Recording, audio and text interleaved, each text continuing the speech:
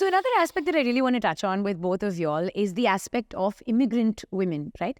But before we get there, an interesting story that I heard on a video that I was watching. So you guys have heard about this fight or flight response, which Priyanka will be the best person to explain it to us. But basically, it means that when you see a bear in front of you, your body goes into either fight or flight. So either you'll get aggressive and you'll like punch the bear, or you'll run away from the bear.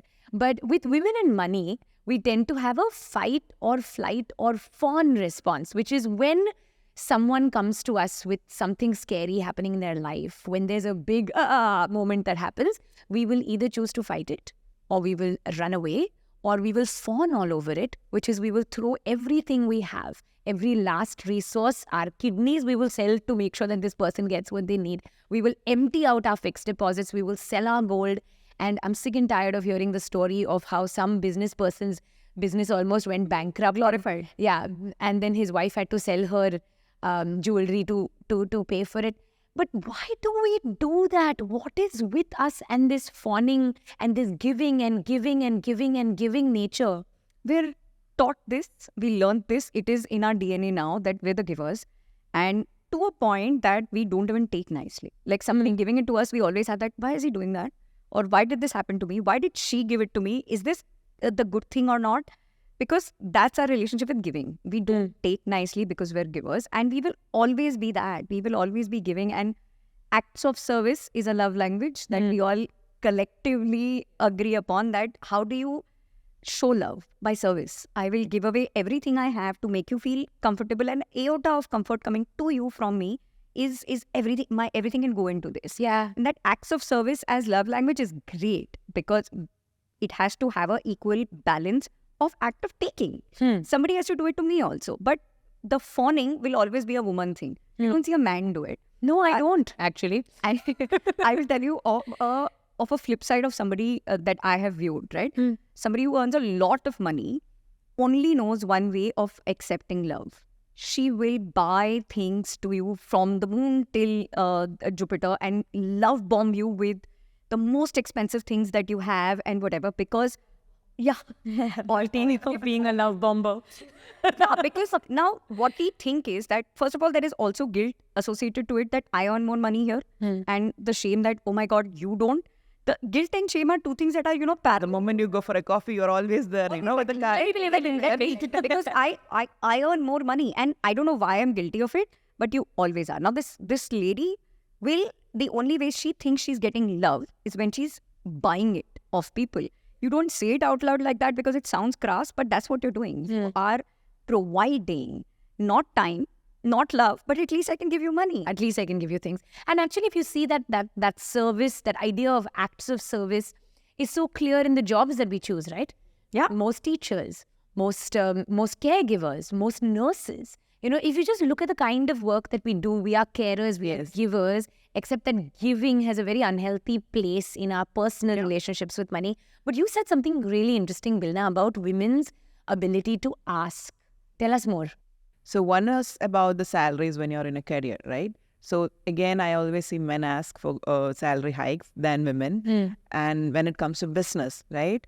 I see a lot of women are scared to charge for what they deserve. Say that again, louder for the people at the back, please. Yeah, exactly. Even before putting your price out there, they have already made in their mind thinking, okay, this is too high for this client. Yeah. This is the kind of mindset we come from. Like, This is true. Or like, will he be able to pay me? I don't think he has that much money. Do I deserve it? About that. And more than that, do I deserve it? I'm just spending 1 hour. But you're not thinking that 1 hour or maybe 1 hour you spend on making an artwork. That is the expertise you gained over 20 years of your skills, right? That's true. That is something you don't... They're like, okay, I'm making it in 1 hour time. And why should I charge him so much? But this is a unique piece of art you have prepared. And that came from your skill that you gained over 20 years. That is so true. And I think a large reason women do that is because of the anxiety that they'll get turned down. Yeah. Because you don't want to be rejected. And there's so much of anxiety around the fact that if I say 200 and you say no, I will feel so bad after that rejection that forget it, I will say 50. Yeah. I'll say 50. I will underplay it. At least you will give me the work. Right? At least. Bare minimum. And it happens so often that we're sitting across the table and I've been in meetings like this where I've said, I think we should charge 20. And the man sitting next to me, I said, I think we should charge 100. I'm like, what? 100? Are you sure? Yeah. How do they do this? Yeah. So confident. I think it is inbuilt in them, like it is with us, and they're risk takers. We're not risk takers by DNA. Like I said, generational trauma, growing up, upbringing. We're not built for taking We're risks. conditioned not to take risks. Absolutely. Yeah. Right? But physically, we are stronger, I would say. Like, you know, Absolutely. Better than a one to take risk for everything, right? But in a situation, in a business, for example, Yes. or sitting across the table, you're not a risk taker because you're that safety person. That, Yeah. you know, I will do what is even this much works for me. It is okay if I get only this much. But for a man, you know, the risk is that nahi aaya, you're not getting the business. It's okay. It's all right. We'll find something else somewhere else. Yeah. Yeah. You know, Yeah. one of my mentors once told me, okay, there are two kind of people, okay, like, no, you know, I can't afford that. So what I'll do is I'll live a life within this, right? And there's another set of people, okay, there's a BMW, I want to buy that. So what should I do to achieve that? So I would say most women come from the first category. right. Like, I just have 2,000 dirhams. I'm going to live in that. You, which is what annoys me about this idea कि मुझे shopping लेके जाओ ना. Who are these women? Because I don't know them. There is this idea that you know is kind of passed on in like married jokes, right? Where like she's got the credit card and like Yeah, she got a she's just rich gonna go to the husband. mall and like buy all this. Hey, please, I'm sorry, but most of the women who I know are frugal. They are extremely jugadu. They will find some if the budget that's given to them is 100, they will do it in 80 and they will give you back that 20 dirhams and say, see, I saved it. Yeah, and that is our pride, you know, that I saved money. I did it better. You know, it's not that I can do it better, but I saved money. So I just wish we would stop propagating this idea, mujhe shopping leke jao na, because there is no, I mean, I'm sorry that just... Yeah, I don't think it happens with immigrant brown women at all. We're so, you know, in saving. We're trying to do things with money all the time. I don't think we're asking people to take us shopping anymore. First of all, very inconvenient when men are around you when you're shopping. Yes, of all. But that aside, I don't think you need to a lot. Yeah. Also, I think I need to put it out there that you have to stop justifying your ask. Okay, you don't have to explain why you want $100 an hour. You will not justify. I think that is one of the things that you should just write it down on walls around you. Yeah. And look When at it comes to India, like this business women, I have seen a lot of them, they say, okay, I'm charging 100 dirhams, you know, because I have put this much into the raw materials. You don't need to explain. You deserve it and nobody needs to know why. That because is not required. Absolutely. I would say that, like, write this down, put it on a post-it and stick it on a mirror or put it in your wallet or... Would you go to a mall? Would you go to a shop? And, you know, will they write it on the tag? Because this is 100 dirhams because this is the all. No, right? No, exactly. Exactly. Yeah. The other thing I want to talk about when it comes to the immigrant mentality around money is that I find most women that I know, right, become funnels. Like they're making more than they were making last year, the year before that, But all of their money is just going because there is a child, there is a partner, there is a brother-in-law, there is a cousin, there is a mother-in-law, there is a 500 people behind you who are waiting for that dirham to hit your account so that you can send it back to them. And my question is, how do we say, I'm sorry, but no, I can't. I'm going to pay myself first. And then based on what's left over, I will see whether I can meet your needs. Exactly like that. You just say it like you just said, because I think it is very difficult. It is going to take us a millennia maybe to be as confident as this to say, you know what? No.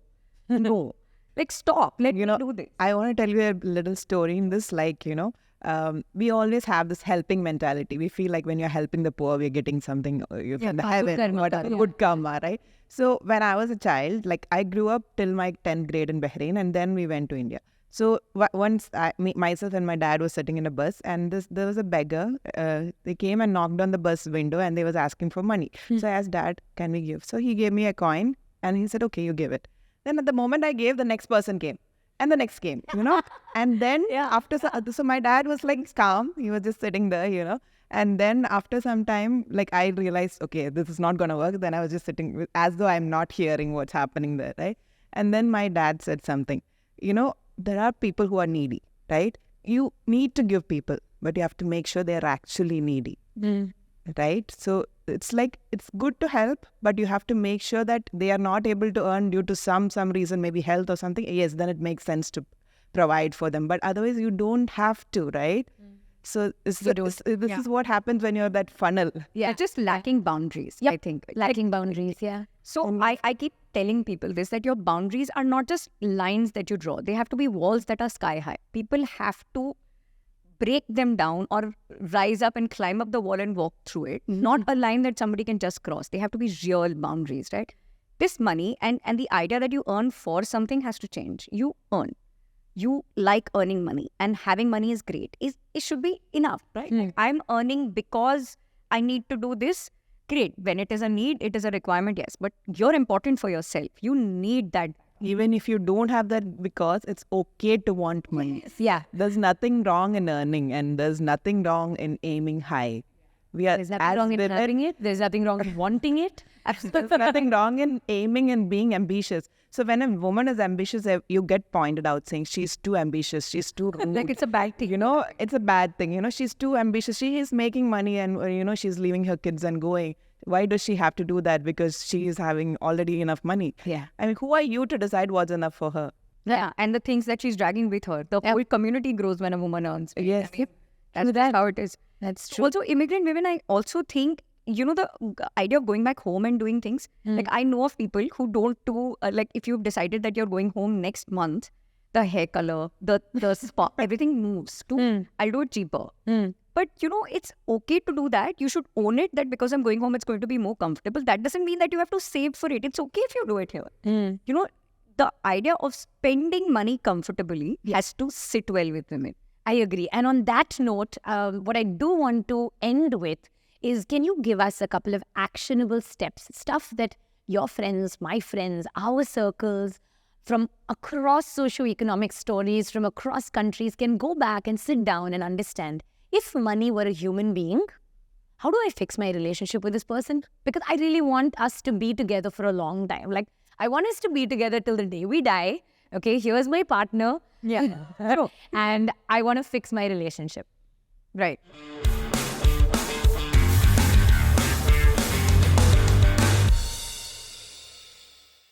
So I want to go back to the analogy of your money being a person. Right. Okay. Because for so many of us, your one true love is so important, right? We think so much about it in relationships. Let's imagine that money were a person, right? Right. How can we ensure that we have a healthy, lifelong partnership with money? Because I was thinking about it right now. If the way we treat money sometimes, which is like, let's not talk about it. We wouldn't be comfortable if a friend did that to us, right? We were someone's one true love, and they said, I don't want to talk about that person. Like, I want to hide that person away. I don't want to address that person. That person's not important. We would not like that. So why should we do that to a very important relationship that we have? Absolutely. So how do we fix this relationship with money? So I think we'll take it like it is. Like, we are going to treat money as our one true love, and let's establish that it is a good thing. First of all, let's take the taboo out of saying that having money or having too much money or having enough money is a bad thing. It's not. Yeah. Okay. So that is out there, and money is our one true love. First thing we'll do is set intentions for it and decide, what do I want my money to do for me? Right? We will write this down for ourselves anywhere and everywhere possible till we have the answer that I want my money to do this for me. Comfort, precise answers, right? Comfort, richness, all of these are larger perspectives. So second point is, you set a goal that my money in 5 years has to take me to this point, and 10 years will take me to X point. So when setting goals, and I know I am guilty of doing this, try not to set these like vague goals. Yeah. Because I sometimes do that. When I'm setting a goal, I'm just like, I'm going to say it in such a way that even if I don't achieve it, it still looks good on my report. Yeah, absolutely. But then if you're doing it with a gentleman, for example, or a lady, or somebody that you are in love with, you can't have vague expectations. You have to have clear-cut expectations that I want in 5 years. Like I your want marriage vows. Absolutely. Yeah, you're going to be married, or you're going to have children, or you're whatever. 5 years I get engaged, 10 years I get married, and I have 2 kids, or whatever, right? Yeah. Clear-cut intentions as to this is my goal.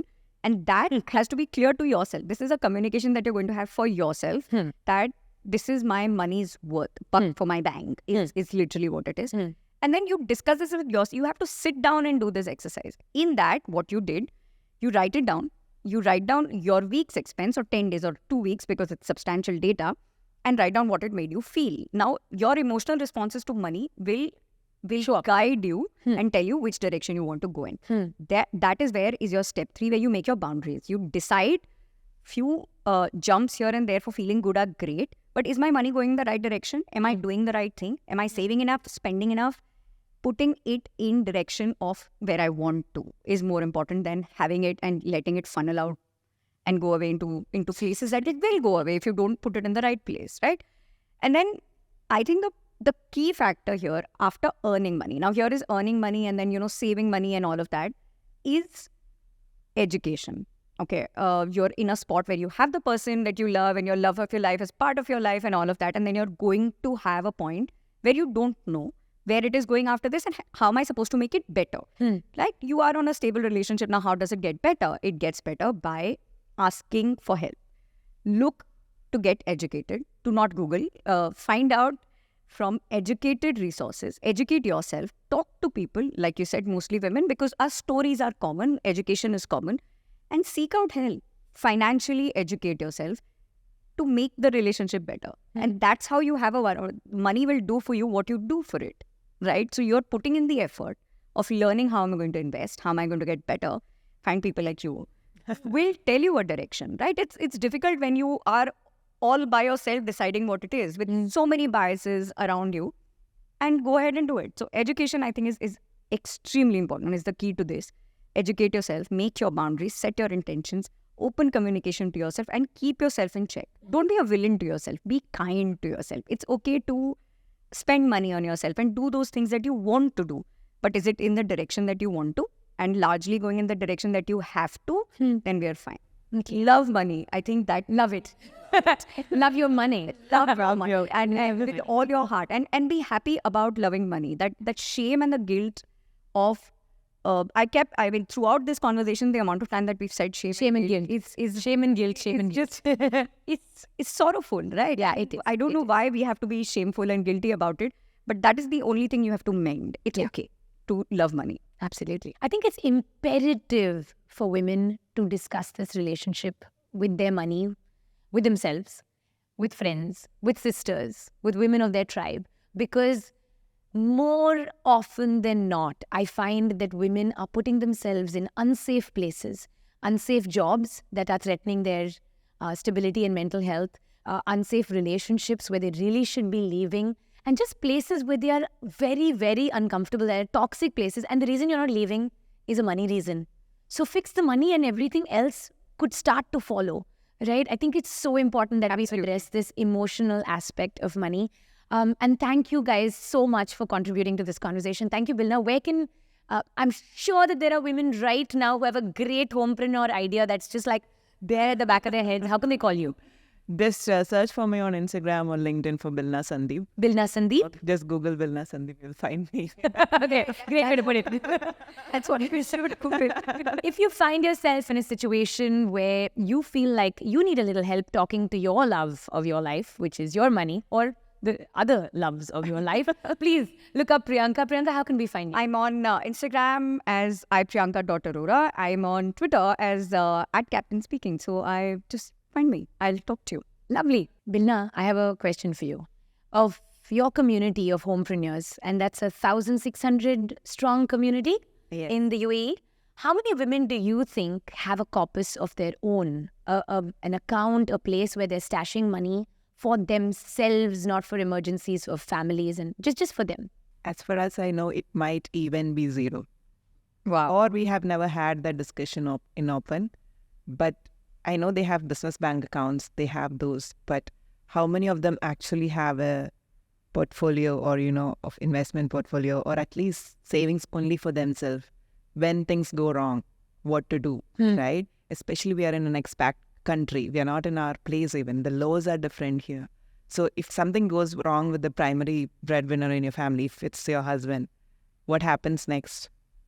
I don't think a lot of them are aware of the things that's going to happen in the next, and the importance of having a separate bank account or a personal account and those parts. Yeah, I think that's a scary number. I think that's a scary number.